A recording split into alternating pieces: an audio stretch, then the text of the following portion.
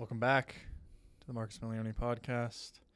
Last episode, Shawn and I recapped our New York City Marathon fiasco. Now, in the time that we filmed that, and during filming, we had already known that we were going to be running the Philadelphia Marathon, which happened to be this past Sunday. So what we're going to do is give you a bit of a recap from the end of the New York City Marathon and the days leading up to the Philadelphia Marathon and then the race itself.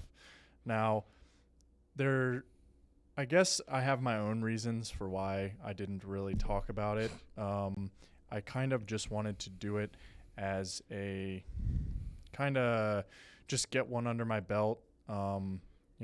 Previously failing 2 weeks before in the New York City, and then signing up for Philadelphia made it so that I didn't want to really be talking about it, right? Like if you just kind of failed something, it's more of the mindset, just kind of put your head down and get after the next one. So yeah, Shawn and I essentially just decided to do that race, and turned out being what I thought was a good, positive experience.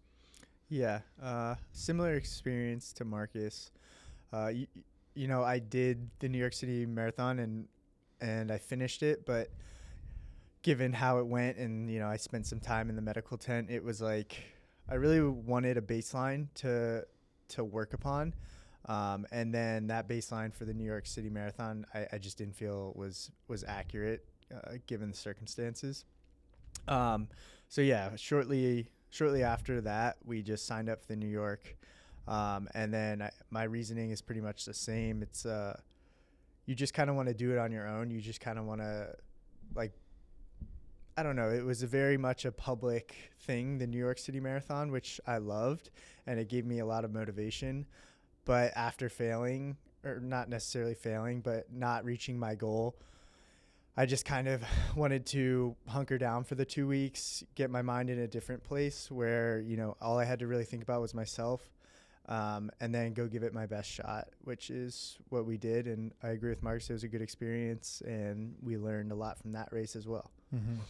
So if New York City Marathon is 2 Sundays ago, the day after, the Monday after I had failed, Shawn and I wake up and essentially start looking for races that we could do within maybe a month window. If you look at the training block, the biggest thing for me was that I didn't want the entire 18-week training block to go to waste without having a race under my belt. And I needed to complete one so that I had a baseline for on like a go forward basis of where is the improvement and what can we improve, where do we feel that we lacked in training, which translated to poor performance during race day, etc. So it's that Monday morning actually, Shawn and I are looking for races, kind of sending them back and forth in Slack, and we essentially see that Philadelphia is still open, but the closing cutoff for the race is coming up rather quick. So midnight. Yeah, it was midnight of that day. So we didn't have a whole lot of options and time to kind of think. The only other real option was, I think, the California International Marathon, which is, I believe, kind of 2 weeks out still. So it would have been a little bit further out.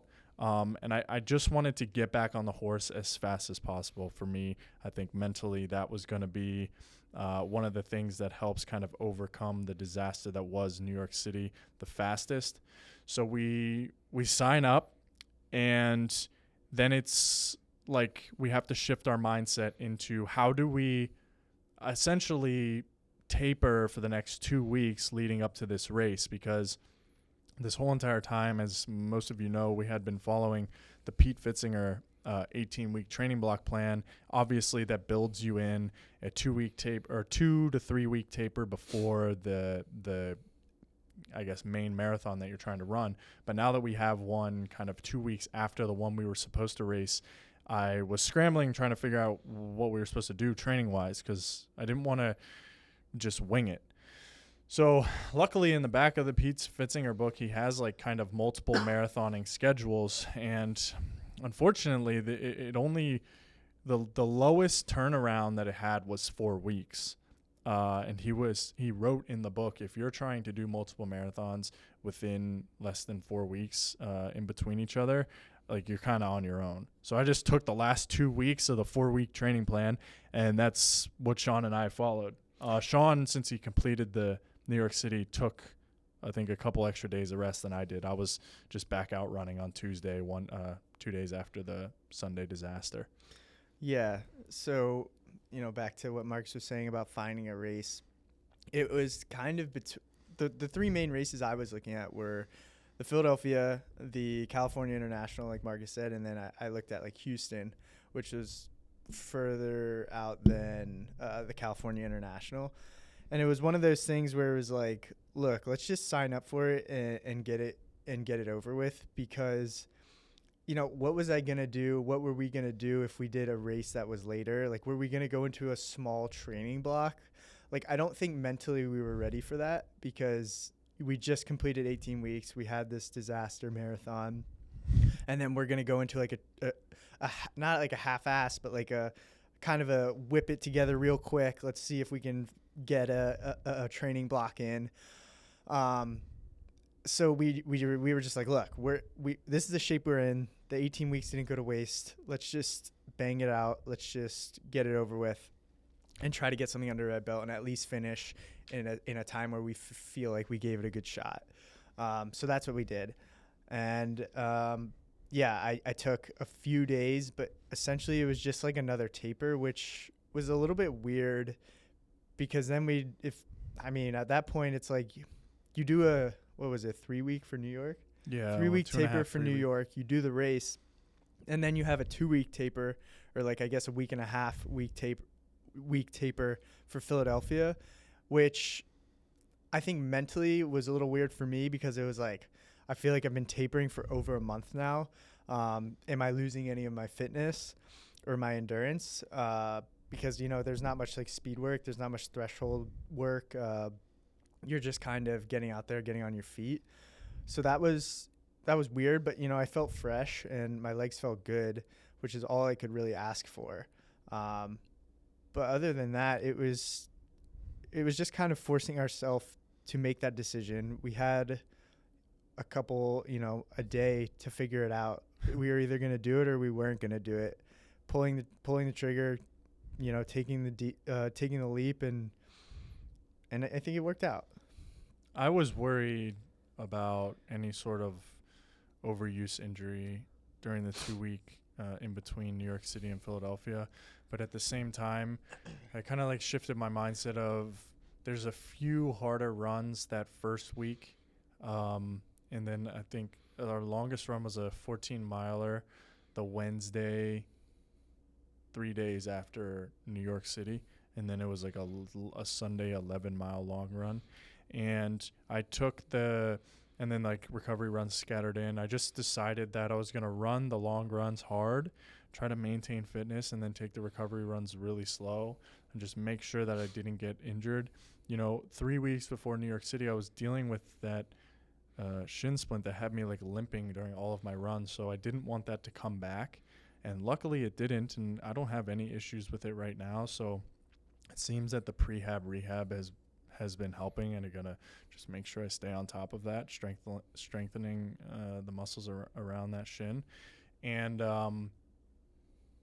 essentially we took the recovery slow, ran some harder runs, but ultimately just wanted to hold on injury-free and get to race day. Shawn and I were checking the weather because we didn't really know what to expect, but we were both just happy that it wasn't going to be as hot and humid as it was in New York City. Weren't really, stressed out going into the race. I felt that New York City was a lot more pressure than Philadelphia for a number of different things. But at the end of the day, we both agreed pretty early on that we were just going to take Philadelphia and treat it as a hard, long run. Not necessarily a race, but we were going to be racing, and just like mentally try to frame it as a long run and see if that changes our outcome at all. Obviously, logistically, a little bit harder than New York City. We ended up going down to Philadelphia the Saturday, the day before the race. Shawn and I took a train, got into the city on Saturday. I went to the expo bib pickup, do the whole shebang. The best thing we did at the bib pickup was get hand warmers because it was cold. So I grabbed these like dusty $2 gloves, a pair of hand warmers, a long sleeve shirt that I could wear over my racing tank top. Shawn did the same. And then, we were free to kind of just relax in the hotel before the race. The night before, we ate kava. We saw a bunch of people that knew Minted or knew us from social media out on the street. It was great to meet all of those people and see it, say hi. Think probably caught some people off guard because we obviously didn't say that we were racing in the city, so kind of like took a double take before saying anything. But I mean, the night before the travel, I would say that was pretty low stress. There was not like it wasn't like hard to get there. It's a very easy train ride. The hotel was extremely close to the convention center, within walking distance. It was also within walking distance to the start of the race, so we didn't really have to rely on like Ubers or anything for that matter. Yeah, I think logistically, like, I was a little bit worried because the only main races I've done, well, we did San Diego, which was like my first, both of our, well, I guess it was your second race, but it was my first ever race. And that was kind of more of like a get my feet wet, see what racing's all about while also enjoying. Like, I don't think I had been to California at that point. I think that was my first time ever going to California. We did the race in San Diego. So we kind of got to experience that, but it was more so about like the experience, and the run obviously was the main part, but it was kind of both of us getting out to California as well, which was a cool part of it. Yeah. And then obviously my next races were, well, we had the DC Cherry Blossom, but that's easy because my parents live at home. Our parents live at home.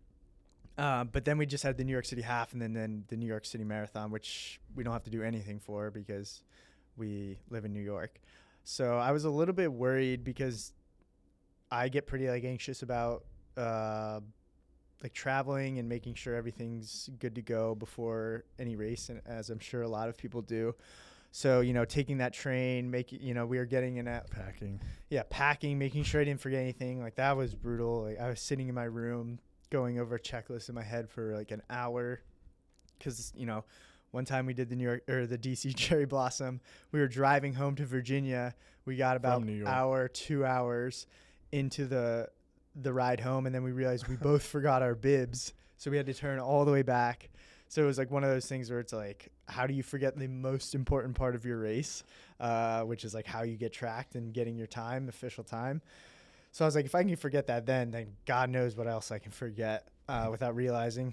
So kind of doing that, then getting on the train, then, you have only a 4-hour window to pick up your bib because that's the cutoff once we arrived. So that was a little bit like, okay, let's just go get our bib. Once we get our bib, then we're good to go. Then we don't have anything until race day. We can figure out what we're going to eat, et cetera, et cetera. But overall, like, it was actually pretty seamless. We did get to the hotel and had to just sit there in the lobby for like 4 hours because the room wasn't ready. Yeah. I mean, it was a packed probably hotel. our fault, I guess. I don't really know. I didn't know when check-in was. I think it was technically at 4 p.m. and we got there at like noon or 1. Yeah. I don't know. Didn't end up getting into the room until like 4:35, but I that's not the hotel's fault. That's probably our fault for getting there too early. And the lobby was fine. We were just kind of at the point where you just want to get your bags in your room and start to fully decompress and relax, and kind of couldn't as we were sitting in the lobby of that hotel. But I mean, overall, it was easy. I thought that honestly didn't know. I didn't, as we were eating the kava, I was kind of worried because it seemed oily.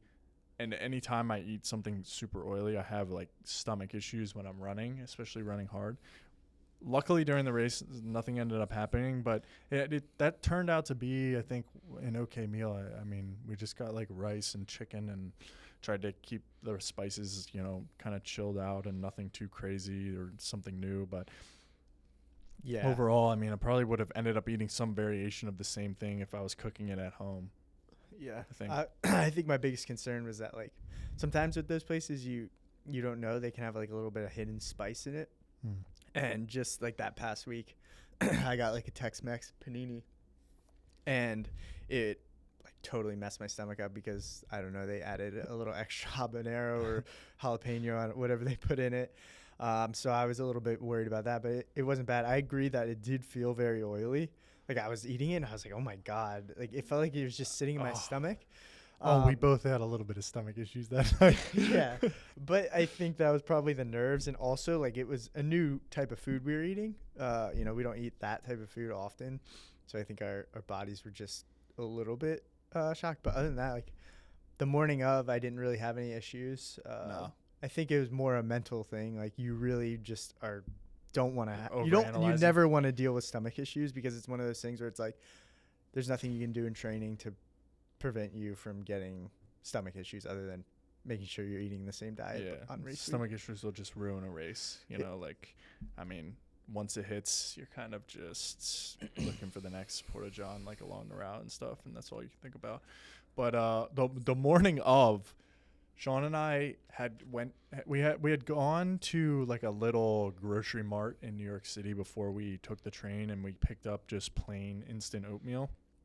So we make a couple packets each of this plain instant oatmeal with the hot water from the Keurig that was in the room. And this stuff was like cement. I was gagging at the end of trying to eat this oatmeal, which doesn't really happen, but I don't really eat just plain oatmeal like that. I usually have like some form of flavored protein powder in there. God, man, I was eating that in bed the morning of, just thinking to myself, like, this feels like I'm eating cement. And then Shawn woke up a little bit later than me, and I was just like waiting for him to prepare his oatmeal because I knew he was going to run into the same issues. Yeah, I mean, I was taking massive bites to try to get through it, and then I would just take the water I had next to my bed and just swallow like the bite whole, and then it was just landing in my stomach, and it just felt like it was just piling on, like just cement piling on. It was disgusting. I never eat oatmeal without protein. Like, I think it's disgusting. I don't know anybody who does. Maybe there's somebody who does. But it just literally tastes like you're eating mush, like heavy mush that Like sits in your shredded stomach. paper. And like the water consistently, like we were using coffee cups and we had 3 packets of oatmeal in it. So, there wasn't much room for water, so we used as much water as we can. But, like, near the end of my cup, I was just eating, like, dry oats at that point because the water didn't seep through to the bottom or I didn't stir it correctly. So I was just, at that point, just swallowing raw oats and hoping for the best. But at that point, we were so close to the race that it didn't really matter. You have gels for out on the course as far as, like, during the race nutrition. But yeah, I mean, the oatmeal situation was not ideal. I don't really know what people eat in the morning. For me, it's just I try to keep it bland and with stuff that's not going to cause any issues on the course. Yeah. I think that also, like, we were just trying to get it down as fast as possible because you want to digest it. Like, you can't really sit there and, like, dread every bite because the longer you wait, like, the less time you have to digest it before you have to leave and get out onto the course where the lines for the Porta Johns are long and you don't necessarily want to be going in the Porta John. So just, powering through. So we I woke up around 3:45. You woke up a little bit later, but ended up leaving the hotel, like 5:45 to start walking over to race start. Race start was at 7 a.m. As soon as we left the hotel, I remember looking at Shawn and saying, like, it's not that cold. We obviously had We had our throwaway sweatshirts, sweatpants, long sleeve shirt, gloves, all of that stuff on, and the hand warmers and the gloves. I remember looking at Shawn saying, it's not that cold, but we walked probably 150, 250 more yards, and the wind started to hit a little bit, and I was like, all right, it's kind of cold. We still have an hour plus before we actually start racing, and then obviously generating body heat in that way. So we walked over there. That was pretty seamless. We had read online that security to get into kind of the race start area was a hassle sometimes. I didn't have any issues. Shawn didn't have any issues. They had ample porta-johns from what I saw. I didn't use any.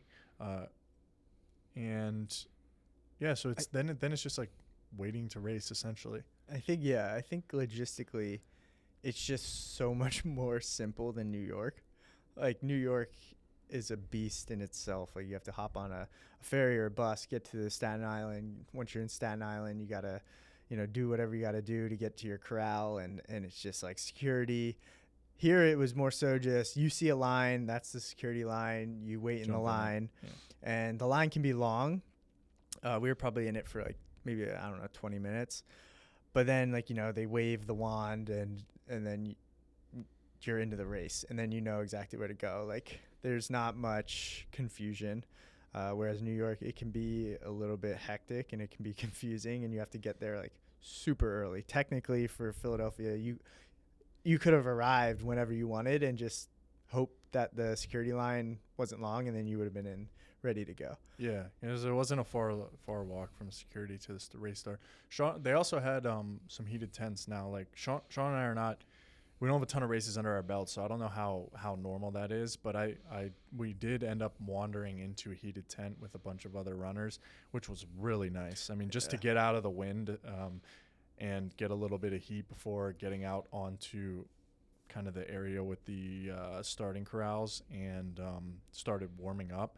Just to be able to stand in there and not have it, the cold biting through your clothing and like kind of seeping into your bones was good. I thought, before New York City, Shawn and I both didn't warm up. We didn't do a single warm up, which was incredibly stupid, but it was so jam-packed that we didn't really know where to warm up, and we wanted to kind of be in the corral or see the corral. By the time we ended up getting to the corral, there wasn't any room to do a warm-up in the corral. Anyway, hindsight, really dumb. You should not, I don't think, race without doing a warm-up. I think we got away with it, though, because it was also really warm. It was warm. Yeah. Like, God forbid we didn't warm up in Philly. Our bodies were freezing. Messed up. Yeah, and we got our warm up in, and then it was essentially time to start racing. Gun goes off, the elites start, and we're pretty much right behind them in that first corral. My watch didn't start. I didn't start my watch when I crossed. I hit the button, but the watch didn't start when I crossed the starting line. So after maybe like a tenth of a mile, I'm looking over at Shawn asking him how I can lap my thing manually, and he can't hear me because his music's obviously in his AirPods. I'm like freaking out, like now I'm pissed off, and then I just said forget it, I'm just gonna let it run and have it be behind. Ultimately didn't matter all that much because we were close to the official time that they had out on the course, so I could just do a little bit of mental math, and I did have the pace still on my watch, but that was a little bit annoying to start the race that way. Other than that, felt really good. First 3 miles, you're kind of zooming through that city, areas in the city there.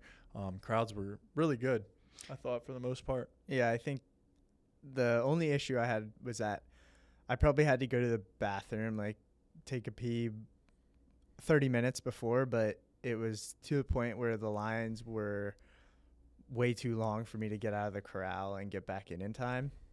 So that was the only issue. Is I knew at some point I was going to have to go off the course and go to the bathroom, which sucked. But then, it is what it is. Like in reality, it's 10 to 15 seconds, maybe 30 seconds. And then you get back on the course, hopefully a little bit rejuvenated, a little adrenaline, which could be a bad thing, but could be a good thing. But yeah, those first 3 miles, I really made sure to stay right at sub 3 pace. Like I was hovering at 650, 649, making sure no matter what, I was staying at that pace, because the beginning of the race, I told myself, look, like there's a long race ahead. Just get through these miles where you're in a good spot. Don't spike your heart rate. Keep calm and just, stay ahead of the 3 mile pacer or sub 3 hour pacer. Yeah. I mean, I went into this race wanting to run a 250, which was a kind of like adjusted down or adjusted up from a 245. But I told Shawn that I was going to run the first couple miles with him right around the 650 mark. My biggest fear was going out too fast and then having, some form of blow up like I did at New York City. So I just wanted to run my own race. And I remember telling myself to run my own race. I actually saw a bunch of people who have either seen my content or are familiar with Minted out on the course, like in my corral. So shout out to all of you guys who said hi. That was really cool. A lot of you ran fast races, which is, inspiring to see, especially on that day with the wind the way it was. Yeah, I just kept telling myself to run my own race, a couple times, glanced down at my watch, and I was creeping back down toward that 625 pace, and I told myself to just hit the brakes a little bit, calm down, be, present. I was essentially breaking the race into 3 parts, the first 10, the second 10, and then the last 10K. And I just wanted to be calm through the first 10, start to put the pressure on in the second 10, and then wanted to race the last 10K, which obviously did not happen. But, yeah, I felt good. I ended up around mile, I think 4, slotting in with, man, if you're listening, I forgot your name, but he had seen my content. He was running around the same time that I wanted to run, and we ended up running a lot of miles together. I think we went from mile 4 to mile 16 together, which was great, right? There was, a hilly section, mile 7 through 11, that we powered through together. You had a lot of your athletes that you coach out there, and they were cheering you on, which in turn, gave me some juice, which was awesome. Those are the experiences that you'll never forget. And then right around kind of mile 16 to 17 is when I started to hit some serious walls.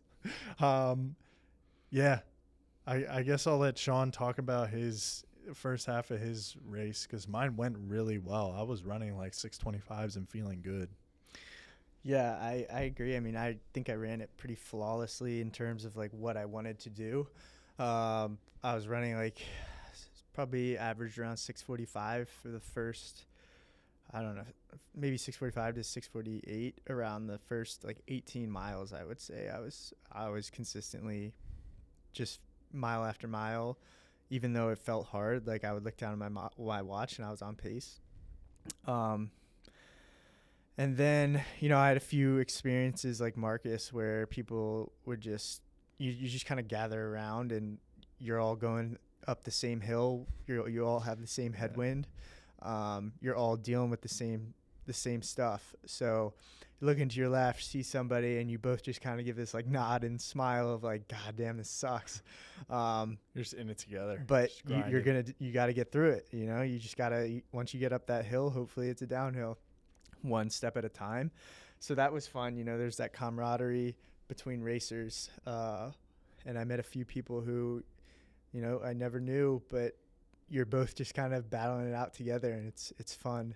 And yeah, as Marcus said, I would say about mile 20 or so, my hamstrings just locked up. Like I was dealing with a little bit of tightness before the marathon, and I think I'd even told Marcus, like, God, I hope my hamstrings hold up, because they're pretty tight right now.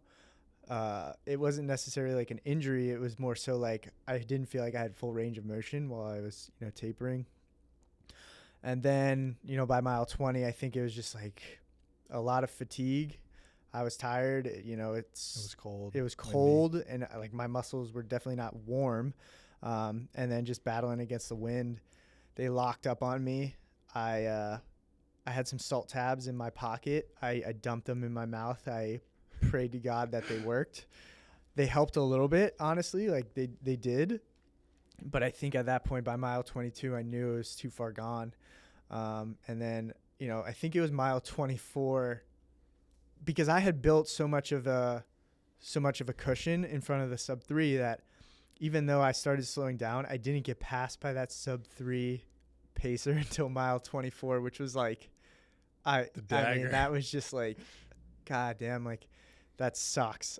You're telling me I don't have anything left to push this last 2.2, or like I can't push with this pacer for the last 2.2. But so he passed me, and then I was like, I'm going to push with him. So I started running with him, and my legs physically were not able, like I had to stop. I had to stretch them because they were just locked up. And that's what happens. And that I pushed it to where I needed to push it, and it wasn't worth blowing out my hamstring for it, or seriously injuring myself. It sucks, but it was a good learning experience. I also hit some periods where I had to just stop and either try to get my hamstrings like a little bit of stretch, or give my heart a little bit of time to come down, which was extremely frustrating, right? You're so close to the end. That was like mile 20-ish onward. And then I remember crossing the mile 25 like marker with the time, and thinking to myself, like, you're going to just run as hard as you can for this last mile. You will not stop. Like, do not stop this last mile and a quarter. And I'm happy that I strung that whole mile together, and while it felt extremely slow, it was like a 7:15 pace, which like blows my mind. But as I was getting closer and closer to that finish line, my hamstrings felt like they were ripping. I don't have any other kind of like way I can describe it. It just felt like every stride there's a chance that they were gonna like rip. And then crossing the line, like I had dumped the tank. Like I was out of everything, energy, etc. Was on the little gate thing to the right, like just leaning on it, just trying to catch my breath, let my heart rate come down. Legs were completely shot. Feet felt like absolute shit, like destroyed. Yeah, I think one of my problems was I didn't bring my bottle, and I was not intaking enough liquid and or electrolytes during that race. I was trying to do the pinch method with the cups. Half the time I would spill it on myself. Half the time I would be drinking and inhaling at the same time, end up choking on the water. Yeah, I mean, I do wish I had my bottle. Maybe that would have helped the issue with the legs kind of blowing out. But you know what? It's a marathon, so things like that are going to happen, and you don't really know how to deal with them until you've experienced it, and then try to retool in training so that it doesn't happen later in those races.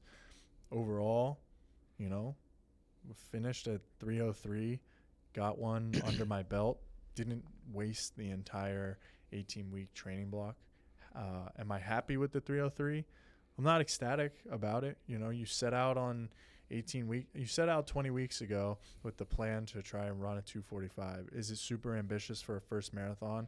Sure, but at the same time, like, if you're going to commit to something like that and put in the training specifically for that time, and then fall short ultimately twice, it's extremely frustrating. But the only thing you can do after the fact is try to improve on what you just performed. So where does that kind of leave us, or me specifically? I'm going to do another marathon. I probably will be not a year from now, but in the next marathon season, right? I'm going to take a couple days off from running, let my body kind of recover and catch up.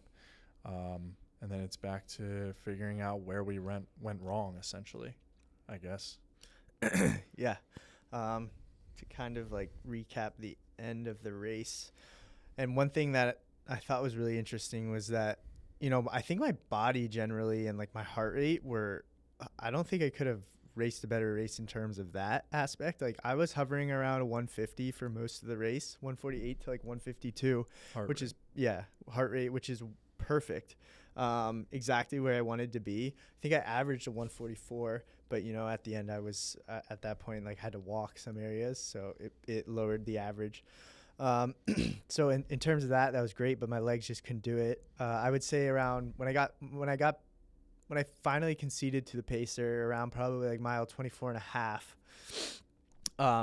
those were the longest 2 miles, less than 2 miles of my life. Like you slow down, and at this point I'm wearing a tank top and shorts because I was racing. Like I wasn't worried about the cold, but then when you start walking, you realize how cold it is and the wind is ripping. So like my body temperature is cooling down.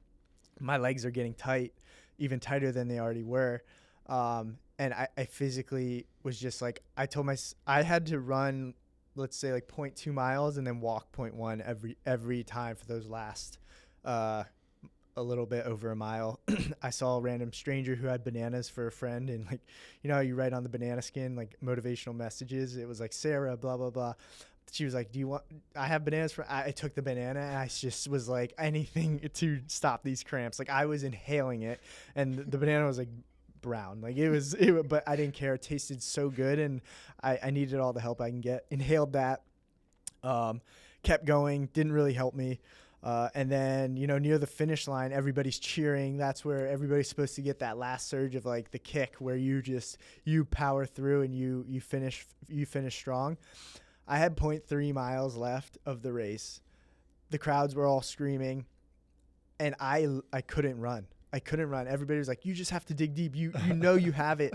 I was like, God, like I really can't run for this last 0.3 miles. Like I can't finish 0.3 miles right now because I would run and it was just like my legs would not move. So I ended up walking to 0.2, and then I said, okay, at 0.2, I'm going to just finish the race and I'm going to run whatever pace it is, but it's going to look better than me walking. So I finished. And I remember just crossing that line and being like, I mean, I couldn't have looked good. I wasn't, my running form shit at that point, but so I learned a lot, and I ended up 3:06:14. I thought for sure once I get passed by the pacer, I was gonna have a little bit of a better race. I didn't expect to fully lock up. I thought for sure I was gonna get under 3:02 to 3:04 was kind of my goal when I got passed at that point, but then it just spiraled like crazy, and I wasn't expecting a 3:06. But that's okay. I'm still happy with 3:06. I think it's a good baseline to have, and I think I can crush a PR the next marathon I run, which kind of sets me up for like a really motivating training block and a goal to hit. So that was kind of the end of my race, and it was bittersweet. It was like it's not what you wanted, but you gave it all you got or all you had, and you finished that line with everything out of your system, and that's all you can really ask for. The conditions are the conditions, the hills are the hills, the race is the race. Like at the end of the day, you have to go out there, you have to run as hard as you can, and if you finish with still some left in the tank, then that would suck even more than locking up and totally walking across the finish line. Yeah, I think in reflecting upon it, the couple days post race, I think I need to spend more time on longer runs running at threshold or marathon pace. I need my legs to be used to the feeling and fatigue that is necessary late in a race. So that's going to be a huge point of emphasis in the next training block, is like you or me, I guess, just hammering my legs when they're tired, like almost. Yeah. As far as like training plans go, I'm not really sure what we are going or what I'm going to follow or what Shawn's going to follow moving forward.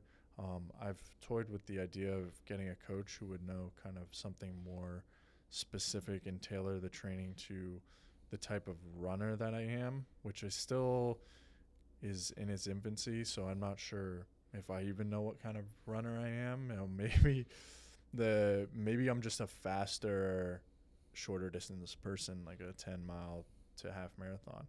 But I still want to get the sub 3 hour for sure, and then even push past that on the marathon. And I know that that's going to take some pretty dedicated training. And I know that sometimes it takes years. You know, you read about runners that push for a sub 3 for 10 years. So yeah, it's just gonna retool and go from there. You know, Shawn and I will definitely race the Cherry Blossom 10 miler. That's just a stand-in race that I think we'll always do just because it's fun and it's near where our parents live. I think Shawn's signed up for a 5K in December in Central Park. Maybe I'll sign up for that or something. And then we'll just kind of take it day by day and see. Maybe we get into Chicago. Maybe we get into Berlin. Other than that, you know, we just resume as normal, the gym, and get some miles in soon after our rest is up. And yeah, I mean, I you know, it's always interesting being able to reflect in this way, kind of publicly.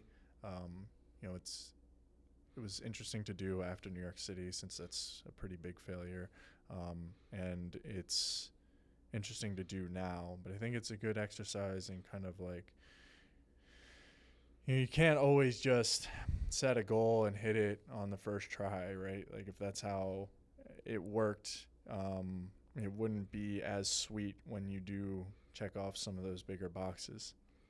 So I do appreciate everybody who has listened to these stories, or, you know, been along a part of the journey, watched any of the videos, or, you know, where it was out there cheering in any of those races. It means a lot to both of us.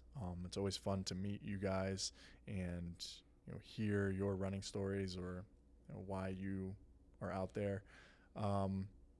And I guess we'll resume kind of more normal podcasting schedule, have some guests coming up in the future. Other than that, as I've said before, I don't know where you guys watch this, but if you're watching on YouTube, would love to, you know, hear what you think. Just drop a comment. If you are on a podcasting platform, reviews are greatly appreciated. Let us know what you think there. I do read them over. Other than that, thanks for listening. We will be back in 2 weeks.